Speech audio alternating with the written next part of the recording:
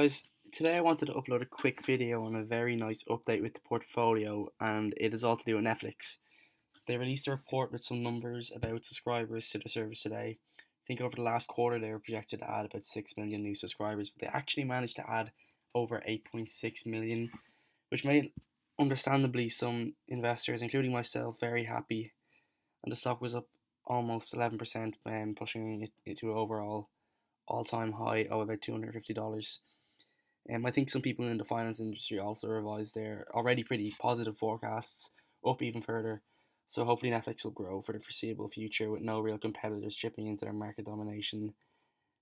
So yeah, it seems this member of the fan group is continuing its stretch, reaching all-time highs, and it doesn't seem it'll stop anytime soon.